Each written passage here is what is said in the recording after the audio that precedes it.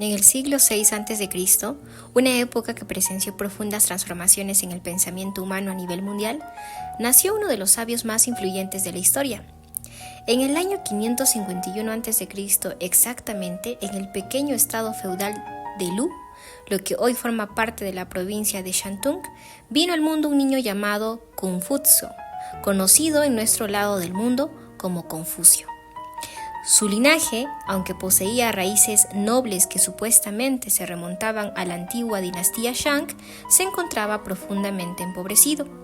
Su padre, un oficial militar de baja categoría que ya tenía 70 años cuando él nació, falleció apenas 3 años después. Así, el joven fue criado únicamente por su madre, enfrentando desde muy temprano las adversidades y privaciones de la vida cotidiana. El mundo que rodeaba a este muchacho estaba muy lejos de ser pacífico o justo. La civilización atravesaba un momento de profunda decadencia, donde la antigua dinastía Chu se desmoronaba y el territorio se fracturaba en feudos controlados por crueles señores de la guerra. La población entonces sufría hambrunas, masacres y una miseria constante, existiendo únicamente para servir a los excesos de sus gobernantes. A pesar del caos exterior, o quizá a causa de él, Confucio encontró un refugio inquebrantable en el aprendizaje. Como él mismo recordaría años más tarde, desde los 15 años su único interés vital era estudiar. Esta cruda realidad social forjó a él una mentalidad sumamente práctica, llevándolo a la temprana conclusión de que la sociedad debía trabajar para el beneficio de todos y no solo de los poderosos. A los 18 años inició su vida familiar al contraer matrimonio y tener un hijo llamado Liu, un nombre que significa carpa grande, pero el joven nunca llegó a ser la figura destacada que su padre esperaba. Acorralado por la pobreza, Confucio tuvo que aceptar empleos muy humildes para sobrevivir, trabajando como empleado de un granero y como cuidador de animales. Sin embargo, cada momento libre lo dedicaba a devorar conocimientos sobre historia, liturgia y música. Gracias a su esfuerzo autodidacta, rápidamente adquirió la reputación de ser el hombre más sabio de todo el estado de Lu. Lleno de ambición por cambiar el mundo, buscó desesperadamente un cargo en la administración pública, pero los líderes hedonistas de su época no tenían el menor interés en contratar a un pensador tan estricto, y ante las puertas cerradas tomó una decisión que cambiaría la historia: fundar su propia escuela. Su centro de enseñanza no buscaba instruir sobre frivolidades cortesanas, sino formar administradores éticos y capaces de gobernar con rectitud. El ambiente de sus clases era cálido y desprovisto de rigidez formal. Solía conversar con sus discípulos a la sombra de los árboles, empleando un método de preguntas y respuestas muy similar al que adoptarían los filósofos griegos siglos después. En una era donde el conocimiento era un privilegio exclusivo de las élites, Confucio demostró un espíritu igualitario revolucionario al aceptar estudiantes sin importar su clase social. Y jóvenes provenientes de los estratos más humildes encontraron en él no solo a un profesor, sino a una figura moral, forjando lazos de lealtad que perdurarían por el resto de sus vidas. El núcleo de sus enseñanzas latía en un concepto profundo y compasivo, conocido como Ren, que él mismo definía de manera sencilla: significa amar a los seres humanos. Esta visión no pretendía fundar una religión de dogmas místicos, sino establecer una guía práctica basada en la magnanimidad, la tolerancia, el respeto y la honradez. Su gran objetivo vital era cultivar a lo que él dominaba o denominaba el hombre superior, Chun Tzu. Estaba convencido de que el verdadero liderazgo no se basaba en imponer miedo a través de castigos severos, sino en dirigir mediante el buen ejemplo y la virtud.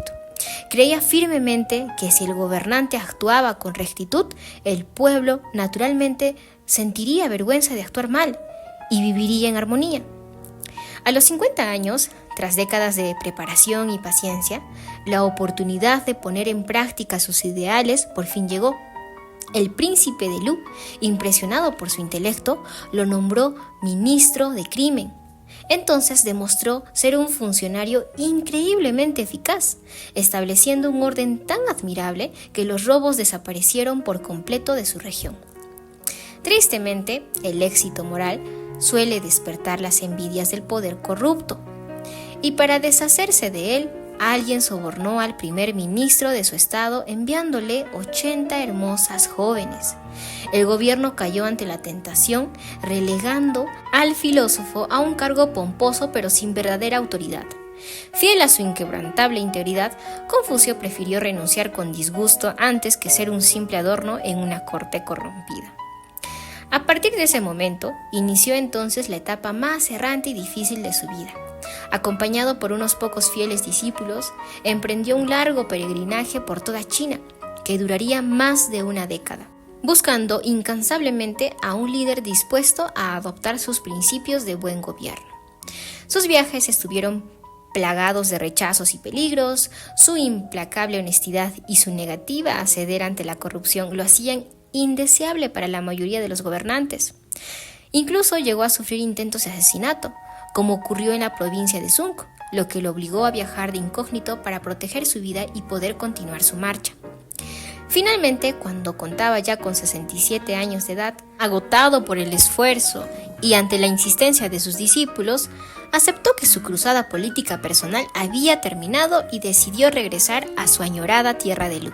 Entendió entonces que era momento de cambiar los caminos polvorientos por la quietud de la reflexión. Sus últimos años estuvieron marcados por la melancolía y la pérdida personal. Sufrió el doloroso fallecimiento de su hijo y la muerte de su discípulo más querido, Yen Hui, eventos que lo empujaron a un estado de profunda desesperación. Sentía que se había quedado solo intelectualmente y que tal vez nadie era verdaderamente capaz de comprender su mensaje. Pero pese a este dolor, encontró un valioso consuelo en la inmortalidad de las letras. Se dedicó fervientemente a estudiar, corregir y comentar los textos clásicos de la antigüedad china, entre ellos antiguos cantos y el misterioso Jing. Siguió transmitiendo su sabiduría a los jóvenes, enfocándose en cimentar los valores que creía indispensables para rescatar a la sociedad de su barbarie. Y en el año 479 a.C., a los 62 años, según relatan los textos, el cuerpo del gran maestro no resistió más. Postrado en su lecho de muerte, sus últimas palabras reflejaron el melancólico ocaso de su existencia. El sabio maestro se marchita como una planta. Sus discípulos lo enterraron con profunda reverencia a las orillas del río Su. Al cerrar entonces los ojos para siempre, Confucio sintió una inmensa decepción personal, considerándose a sí mismo como un fracaso. Se marchó de este mundo dudando enormemente de que sus palabras y sus nobles ideales lograran sobrevivirle o cambiar el destino de la humanidad. Sin embargo, el tiempo le reservaba la más hermosa de las victorias.